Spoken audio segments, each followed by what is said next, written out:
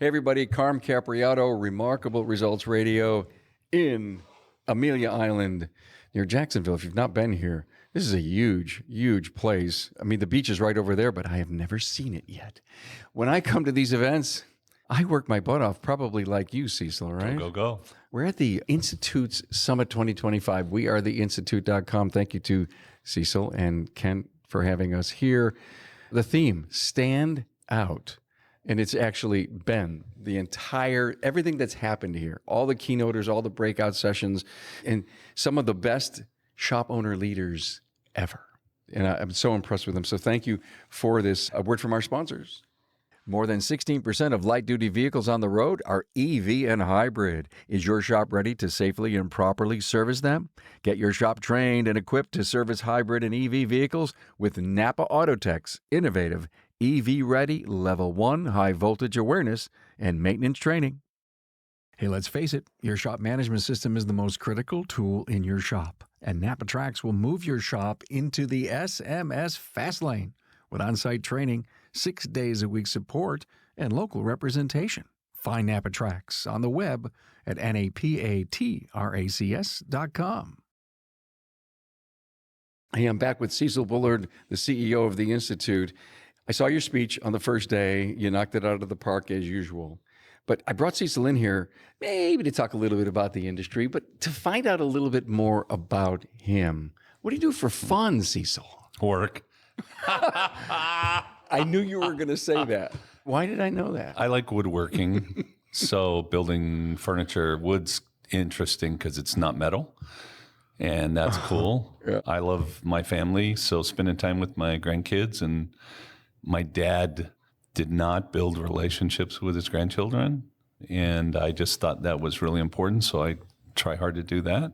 If I do what my wife wants, it's binge certain shows. So every once in a while, I'm on the couch for a day watching whatever. I love it. It seems like there's a decade or every decade, something kind of different happens with your life, your world. Here come the grandkids. Oh, it's a new fun, absolute thing I want to do.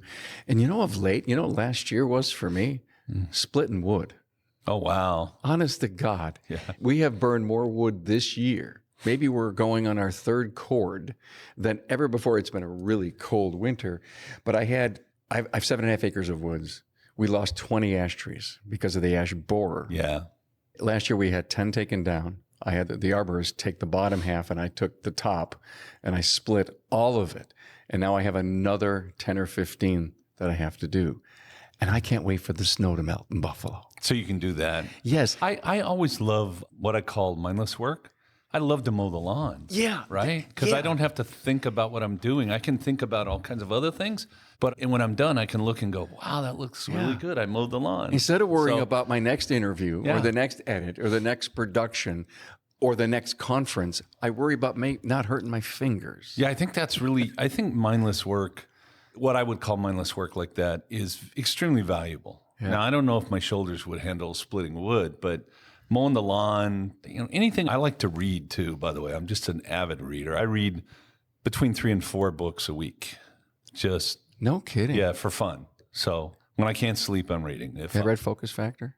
Oh, I'm sorry, Stolen Focus? Stolen Focus? Yeah. I think I'm about halfway through that one. Me too. I have about 4 books open now. Right? And that's a cool way. Zig Ziglar's son, I interviewed him a bunch of years ago. He's sitting on his couch. Barry Barrett made the introduction for me, and he was on with us. He's got a stack of books on his couch. And I asked him, and I said, why all the books? He says, to your point, he says, I read so much, I kind of lose interest. I know I want to finish. I go to another one. And I said, and then I asked this great question. I says, do you read them all to the very end? And he goes, hell no, Carm. He says, if I think I got out of the book what I wanted 3/4 through, it's on my shelf. I would say not only do I read them all to the end, but I might read them 3 or 4 times over time because I don't think it's like attending a class. You get a good instructor and you go in and you're like, you come out and you're just pumped up, but you can't get it all, right? Oh, no, and you're right. So sometimes you got to read the book a second or third time. And then the older I get, it's like, oh, I know, where was that? So I like to I think it's one of the things that are going to keep me on my toes is just kind of keeping my head in it, right? I get it. Hey, get any advice over all the years that you still follow today? So many wonderful people in my life, so many mentors that have helped me be where I need to be. I think that the advice that's probably been most valuable, and I don't even know that I could tell you who finally got it through my head, but it's like, I think believe in yourself and believe that the world is a good place and that whatever problems you're having are going to be, you're going to get through that and tomorrow's going to be a better day. You watch the industry. What trends are you watching? I think we got a lot of issues right now, obviously. Technology is changing the vehicles. So self-driving cars are going to be, they're going to be here at some point, and whoever owns the self-driving cars. So just had some conversations. One of the things about events like this, you get to talk to a lot of different people in the industry, and you have companies that are trying to buy up the Ubers and the et cetera, because like Ford would love to buy Uber, and then they get to sell Fords to all the Uber drivers, and then Ford controls where all the Ubers get fixed. And so I think right now the manufacturers, the issues with manufacturers struggling so hard in their service centers is driving them to think of other ways to control market. And one of the ways they're going to try to control market is to buy market share. So, and then you have millennials and what we got Z-Gens. They don't necessarily want to own a car. Yeah. So I think that you're going to see like lease a car for, a self-driving car for $400 a month, and it'll show up when you need it. And there's no driver, and they're not going to own the car, which means that they don't control how the car gets taken care of, who takes care of it, et cetera. I think there's going to be some real challenges there for whoever may buy that and make that happen. But I think there's real opportunities. But I think that individual shops, I also see the separation of Specialists, yeah. and the mechanic. Yeah. Okay. Mechanical specialists, technology No, specialists. I mean, we still have mechanics. We still have shops that are not educating. They're not training. I can get by just enough. I think we still have people that are pirating software instead of investing and training and looking at what's going to come up in the next 5 or 10 years that I need to know. And I think we're going to see a lot of shops close. You also have to think about BlackRock and the other two major private equity companies that own 87% of everything today except for automotive. Yeah. They're coming in, like it or not. Yeah. And I think that with the advent in technology, with the changes, if you can't afford to pay your people well and run a really profitable business, that you're going to get out of the business, you're going to sell, you're going to have to. There's no way. To your point, Wall Street Fortune, I've seen some articles come out in the absolute observation of what's going on in the service side of the business. Thank you for that. Any secrets to time suck? We just seem to sometimes mindlessly not pay attention. I think when you're all of us, it's funny because Kent was just diagnosed with ADHD. I've had it my entire life. And you have these strategies that you do. I have lists of things, and Kent has his lists and et cetera. What happens if you're not planning your time, then all of a sudden it's the end of the day. You didn't get done what you wanted to get done. So for me, one of my secrets is I keep a pad. I write things down. I make adjustments to that. There are things that fall off the list. And I think when you're teaching like the kind of high energy ADHD or D type personality people that we have, we want to be in charge. We want to take charge. We want to do everything, but you just can't. If you put the list together and then you go through the list and you say, should I be doing this, right? Am I the only one that can do this in my company? And if I am, then I better find somebody else or teach somebody else.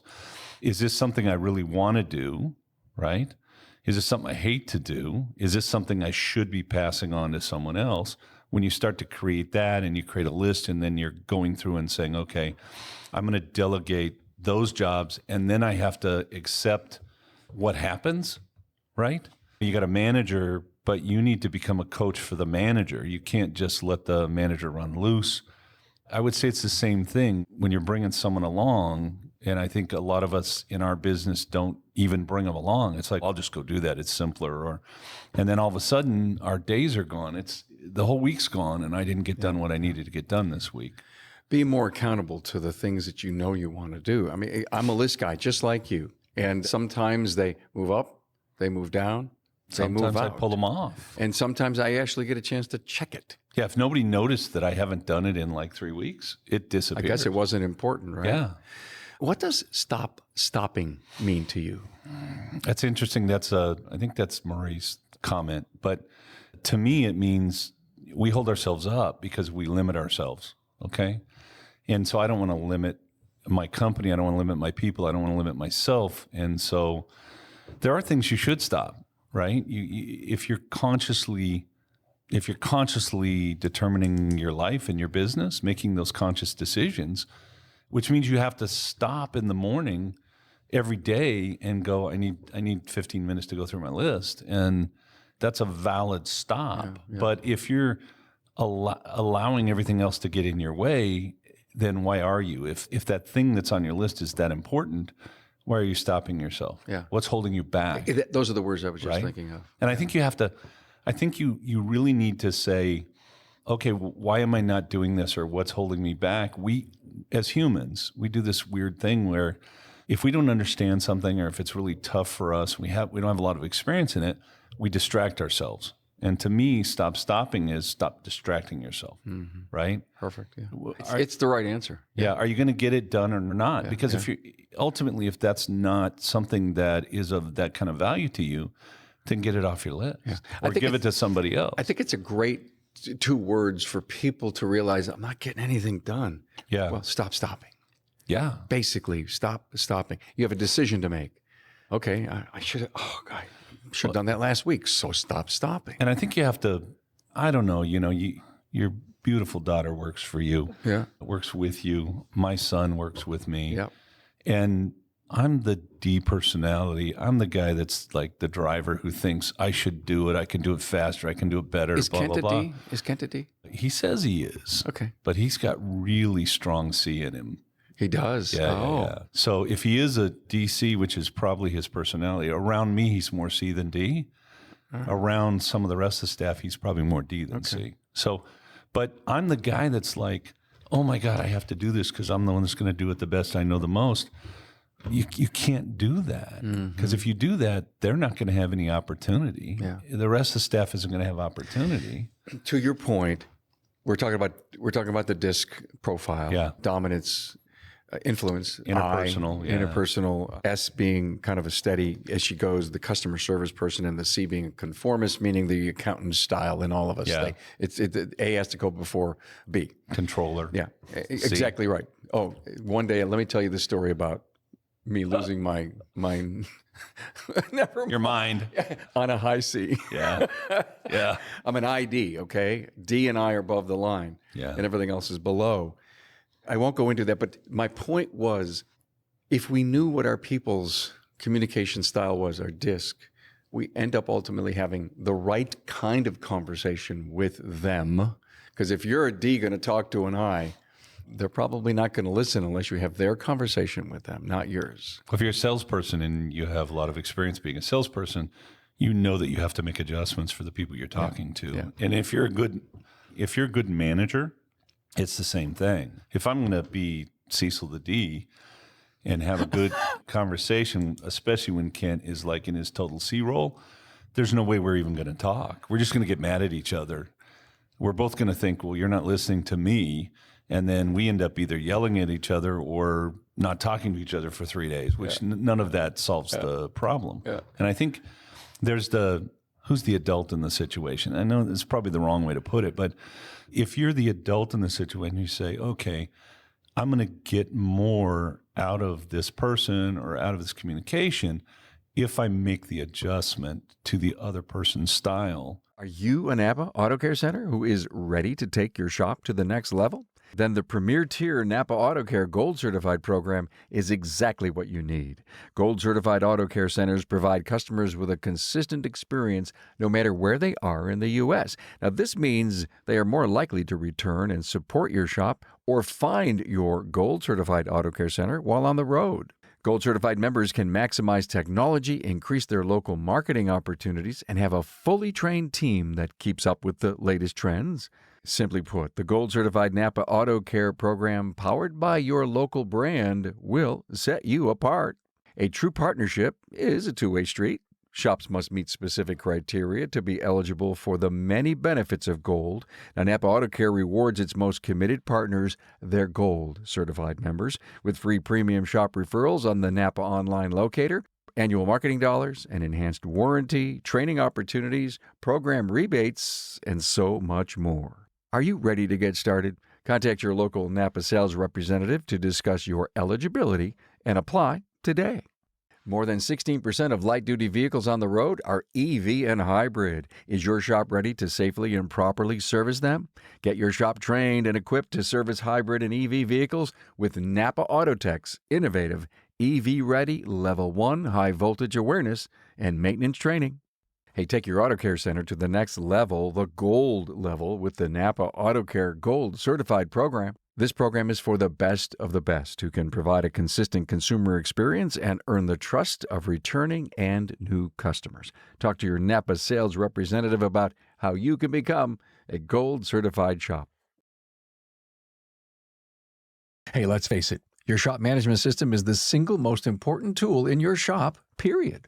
NAPA Trax has made selecting the right shop management system easy by offering the industry's best, most comprehensive SMS. Now, it all starts when a local representative meets with you to learn about your business and how you need to run it. After all, it's your shop, so it's your choice, and having local representation is a huge plus. Customizing Trax to your business, whether you're a one-person shop or a large multi-bay or multi-location company, a representative consults with you to help optimize your shop's workflow, efficiency, and profitability.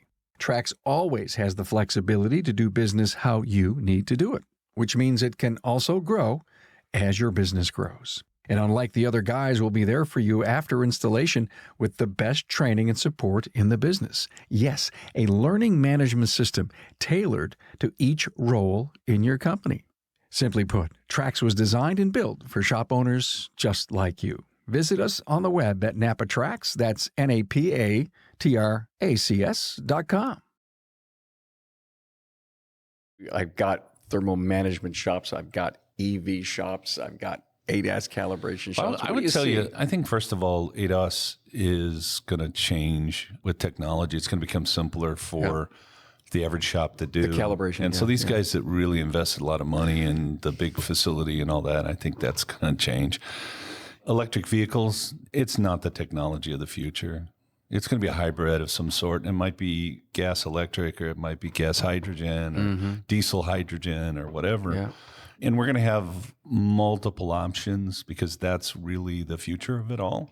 You know, specialty shops, I thought we would be almost all specialty shops by now. I mean, 20 years ago, it's like, oh, we're going to have the BMW shops because the equipment's getting so expensive and you got to have specialty training for all of that. And we certainly, I think, have more of it now. But I don't know that the generalist is ever going to go away because it solves a problem for a certain part of the population. Because, and why I semi-agree with you, is that in my house, I've got one of each. Yeah. And why do I want to have 4 or 3 different relationships out there? No, and it's harder. It's like, okay, if I trust Cecil or if I trust Carm, that's where I want to go. That's where I want to go. Right. You're my place. And so, hey, Carm, I know you work on my whatever, but can you work on my whatever? And the answer is, yeah, if I can make it work, if I can make it pay, then yeah, I'm going to do it for you. I don't want you going anywhere else. So you can, there's a little part of me that's like, oh, he might really like them better than me. You mentioned Blackstone earlier, private equity. I mean, you got your finger on the pulse of this. I know you do. Yeah. With Michael Smith joining your group, Chief Strategy Officer, I think, something like that. He's become a great friend of ours, and we love to hear him talk. We like him. Yeah. Yeah. So. Just sit back in the room with Michael, and you'll get like a million words coming at you. Yeah. Imagine it's hard for me to talk when Michael's involved. Cecil Bullard has a hard time getting in the conversation. Really? Oh, yeah. I just spoke to him before you. I did pretty good, I think. Did you? Okay. I think I held my own. You'd be proud. You'd be proud. Yay. I can't wait to hear it. I love Michael to pieces. I mean, if you get to know that guy, he has got a heart the size of China. Oh, my God. And he cares, and he is so freaking smart. I mean, and I keep going. Oh, no. He's wicked smart. Yeah. That's what they say, right? Wicked. Yeah. He's wicked smart. Wicked smart. Wicked smart. And, but I keep telling him, man, you got to slow down a little for the rest of us, just for the rest of us. Oh my God. Just a little. I will feel comfortable saying that to him Yeah. next time.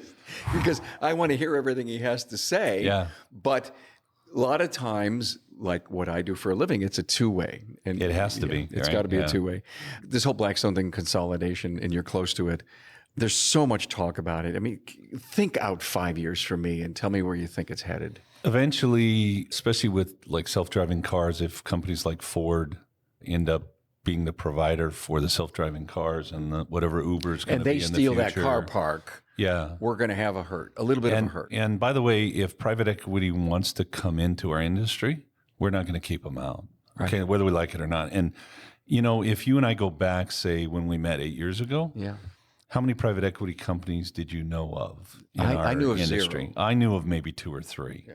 Currently, I can tell you that there are probably 9 or 10 in the industry right now actively pursuing. Hovering. And there's 5 or 6 more coming in because I get stuff every day. You're Cecil Bullard, you're the Institute, we want you on our board.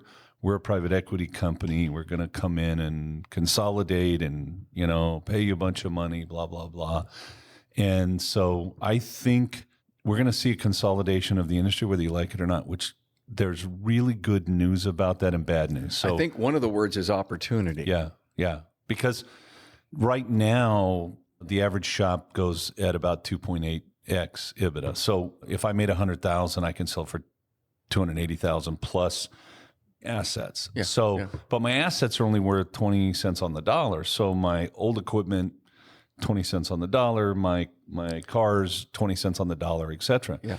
And my computers and other stuff here, they're not worth anything. And the tools are really not worth anything, maybe 10 cents on the dollar. Isn't that the toughest part for any shop owner to have to overcome? Wait a minute. Do you know how much my toolbox? I had a $200,000 toolbox. Yeah, and you want to pay me $1,000 for Yeah. it? And how about that? 5 years ago, I just bought that road force balancer. When I finally realized I wasn't going to work on cars anymore at all, I gave my tools to a friend who has a shop that needed the tools. Because I'd rather do that than try to sell them because nobody wanted to pay me. It pissed me off every time I talk to somebody. They call you and they're like, "Oh yeah, you got this? It's a $500 wrench set that I might pay for Snap-on," and they're like, "Oh, I'll give you $15 for it." And it just was like, I'd rather take them all and dump them in the ocean than do that. So I give my toolboxes away. Yeah. I give all my tools away. I mean, I have enough now that like if I need a wrench or something like that, I have it. Yeah. But I don't worry about that at this The point. best assets that any shop owner has to sell is his property with the building on it if he owns it. And so 2.8. I just testified in a court case last week. I got another one next week about the value of shops and 2.8 is the multiple on top of the EBITDA. It's just that's average. A lot of people. Average at the moment. A lot of people don't know that. But go ahead. Yeah. But with private equity coming in, the value of a well-run shop. Now, by the way, the multiple, Can let's be say higher. 3 years ago, Was would have been between 1 and 4. Okay. So the best run shop in the world where the owner's not involved and there's a manager and the business has been growing for 3 years and it's net 15% plus and blah, blah, blah. No bad check marks. 4 times EBITDA, right? Yeah. And so, but average 2.8. Yeah. Well, now with private equity coming in, some of the private equity companies have kind of learned their lesson because the first guys that came in, they went to buy crappy shops because they didn't have to pay for them, right? So I could buy it at a 1X. I could buy that shop for $100,000, or I can buy that shop for $200,000, and the owner will carry 150 of it. And they got nothing though. Right. And then they bought a bunch of crap and then it was crap. And now they've learned their lesson and they're coming in, they're saying, I don't want a crappy shop. I want a shop that runs well. Yeah. And that is organized well, et cetera. And that's kind of what Michael is kind of doing in our company, is trying to get that, be the evangelist for that word out there. I love that word. But now you can get 5X, and I even know some guys getting 6X for a shop that's well run because private equity wants the business. And if you've got a 20% net in your shop and you've done that 3 years in a row and you're not the player and et cetera, and you're checking all the boxes, I could get a 5 or a 6X for a single shop that maybe net 300 grand. Yeah. So now I have $1.5 million Right. instead of 700,000. Right. I've almost doubled my what I have. Yeah. But there's another part of it too. If we go and put together a bunch of those shops, like guys that have 2 and 3 or 5 and 7, and we put them into a platform that we then present, we can get 10, 12x. Yeah, exactly. So the opportunity is amazing right now. And I think, hang on, I got to say it. There's a bunch of shop owners, when they hear M&A or they hear private equity, they're like, wow, those rotten SOBs. You know, they are. I'm sorry. All they care about is money, but they're coming in our industry. They're coming in our industry hard. And you need to be running a good shop because it will give you opportunity either way, whether you keep it, pass it on to family, or whether you decide to sell it to private equity. And I guarantee you what's gone on in the auto body industry.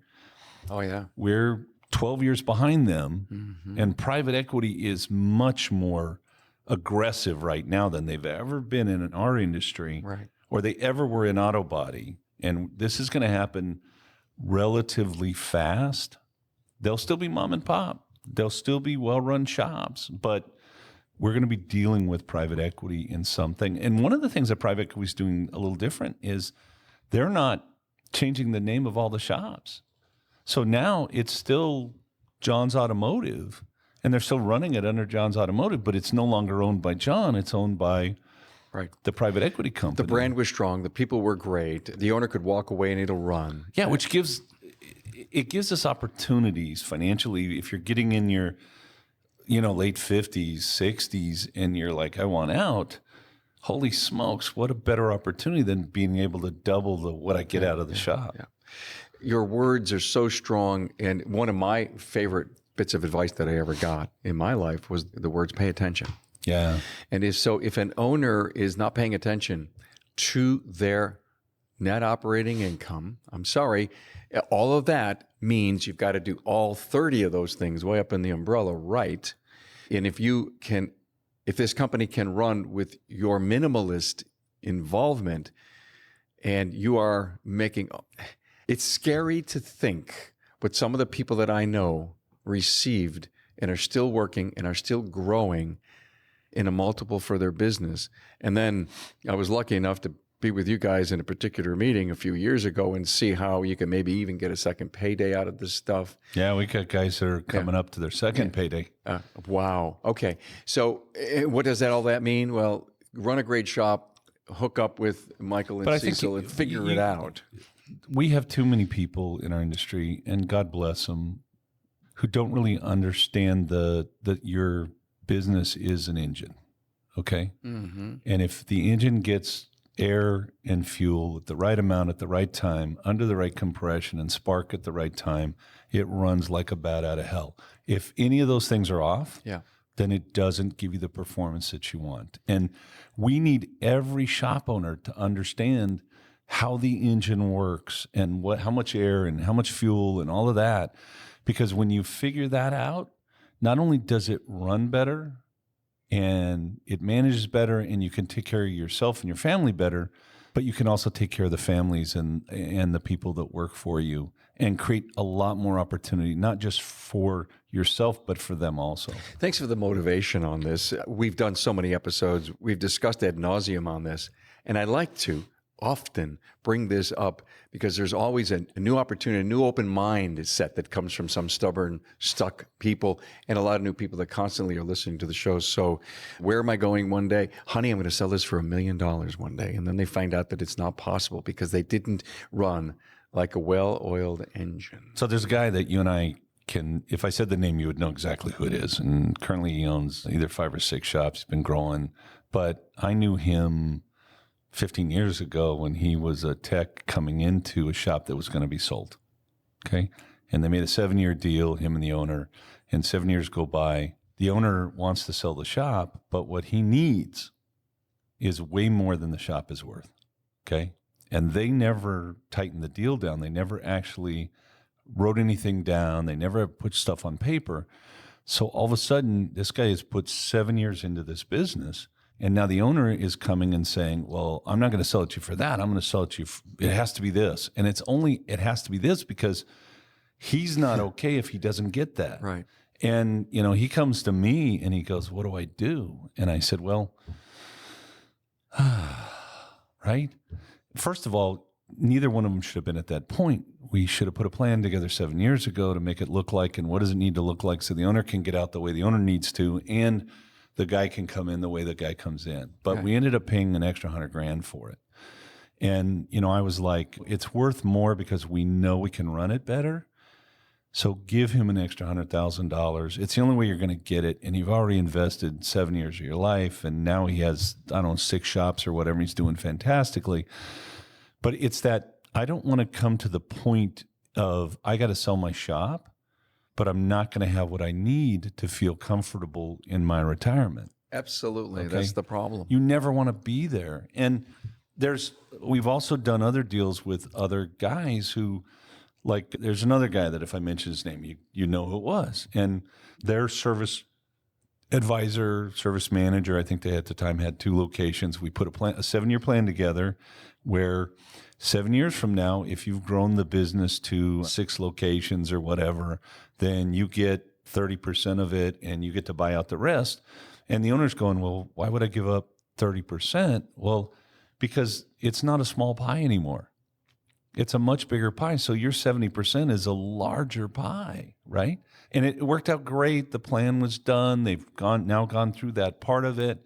And don't let your life come to the point where you're at that point and you don't know what you're going to do because you haven't figured it out. Ross Bernstein today. Yeah. Pick up the phone and call somebody. Duh. You see, all these people that are stuck, I need this, I got to have that. They don't know what they don't know, and they continue to walk down the aisle, not having a clue. The P&L looks different, the assets are stronger, the business has grown, and to your point, my 70% is even worth more than I have a coach. I have mentors, that people that both work with me and around me that I use all the time. Yeah. And I'm the guy that's supposed to know everything. I don't. And that's why. And that's how you know it. Yeah. Hey, if you could pick up an instant skill right now, tomorrow, says, God, bless me with a new skill, what would it be? Patience. Well, that came right away. Although I make a joke all the time. I have not learned patience. So if I'm at the grocery store and I'm in that line where I'm always in that line, I'm like, God's trying to teach me patience, and I haven't learned it. If I'm I don't know if I'm checking into the hotel and it ain't going the way I want, I'm like, God's trying to teach me patience. I haven't learned it.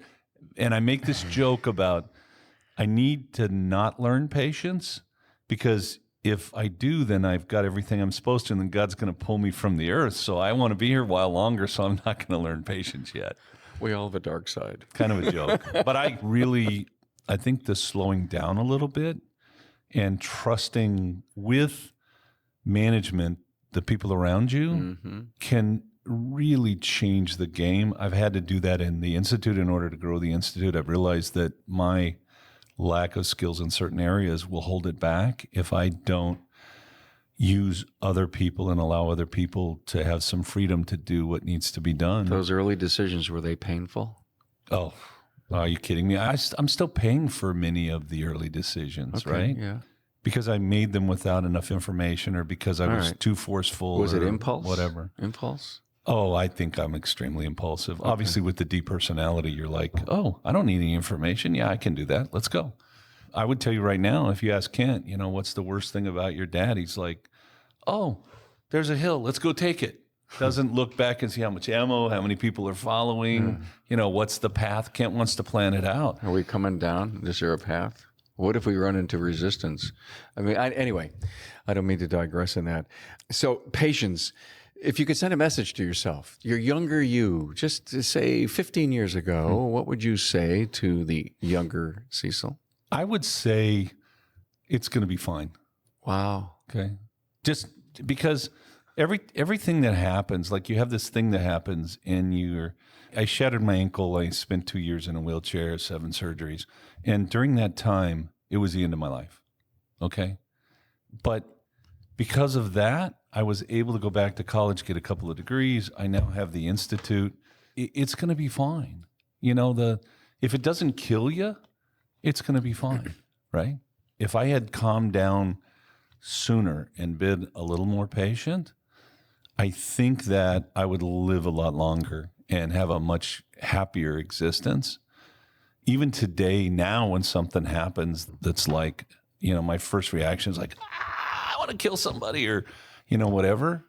I'm like, okay, take a couple of deep breaths and it's not the end of the world. No. We'll make it through there, right? You had all the money in the world, gold piled in rooms at the house. What would you buy? Happiness I would buy security for my family, children. I don't need anything else. I'm not rich, but I am wealthy enough at the point that if I need something, I can go buy it. Got it. So and I don't need, why would I want $25 million? Well, okay, that might buy security for my family and infinitum, but also we're finding out that, third generation wealth destroys people, frankly. Yeah. So I don't know. I don't need a boat. I don't need a motorcycle. I don't, if I need a new pair of Levi's, I'll go get a new pair of Levi's. More time, but you can't do that, right? No. That's the one thing, right? You can't buy time. You kind of can if you're smart. You're putting people in place. It might cost you money. No, but you're putting people in place to do the things that you don't want to do, right? Yeah. So in a way, you can maybe buy time, but it's not more time than you have on the earth anyway, right? I have one more question. I so loved this off the charts candid Cecil Bullard thing. Thank you for coming in here at the Institute Summit 2025. One thing that you've done that no one knows. I always think of the bad stuff, so we're not going to talk about that. Whoa. No. Oh, dude. Never. We all have our warts, and we don't want anybody to see them, and that's fine. That's what they call them. I'm a pretty open book. I love my family. I love the industry. I've gotten lots of calls from people that have said, hey, Cecil, someone needs help, or, and I almost hate to say this here because then all of a sudden I'm going to get a bunch of emails, but I'll give up an hour for anybody in this industry that wants to talk and how can I help you and what direction can I give you? We tried a program a couple years ago where we brought in 6 or 8 shops. I remember that. No pay. Yeah. Most of those shops wouldn't even make their meetings with me. Yeah. And so we killed that because there was no value to it. There has to be an investment on their part. Yeah. But I routinely, if someone calls me and they're like, oh, I really need help, I'm like, okay, well, if you do these couple of things, you're going to be in good shape. And I don't know. I mean, what nobody knows, I'm a pretty open book. Almost played college basketball. Oh, see, that's cool. I had about a 10-inch afro in high school. No. Oh, I had the best afro in the wait a whole minute. high school. Well, wait a minute. That's the best piece of knowledge right there. Oh, I got a picture I got to show you. Would you do that? Yeah, with the 10-inch afro. And I only weighed like 165 pounds. I was 6'4". 6'4" with a 10-inch afro. That puts you at 7 what? Yeah, it was beautiful. It was beautiful. Oh my God, Cecil. I must see that. I also had a ponytail and a mullet at different times. So, yeah. I want a ponytail. I think a ponytail, like with the white hair and everything, great. I've seen guys with that. Yeah. I mean, I don't know. My wife wants me to grow a ponytail. I don't have the patience for it, so no, it probably won't happen. But I tried a few years ago. And as my hair kept continuing to grow, Cecil, it didn't get long. It just kept getting more and more bushy. You were going to have an afro. Yeah, I know. It was getting so bushy that when I put on a hat, it would all just stream out. But it wasn't long enough to put any kind of tail anywhere. Yeah, I probably had about an 8-inch ponytail at the time, and then I got rid of it. All right. Long time ago when the kids were small. Completely different view of you. Yeah. And the other thing is that you probably don't know is that I'm not supposed to be in the automotive industry. This is never where I was supposed to be. My dad didn't want me here. I didn't want to be here. Yeah. I ended up here. And there was a point in time where I decided wherever I'm going to be, I'm going to try to be the best I can be. And I think everybody needs to make that decision, even if you're only going to be there for a year, because you might find that it's 44 years later and you're still there. Well, it's good that you're here. You're changing a lot of people's lives. I've got so many friends that are part of your group, and they have done incredible things with their business. And it really all flows down to some of the great people you've hired, the decisions that you've made. and Watch- the commitment you have to advance this Watch for a couple announcements in the next 2 months. Ooh. Oh, can't wait. Excited. Cecil Bullard, thanks for being here. Thank you for having me. Thanks.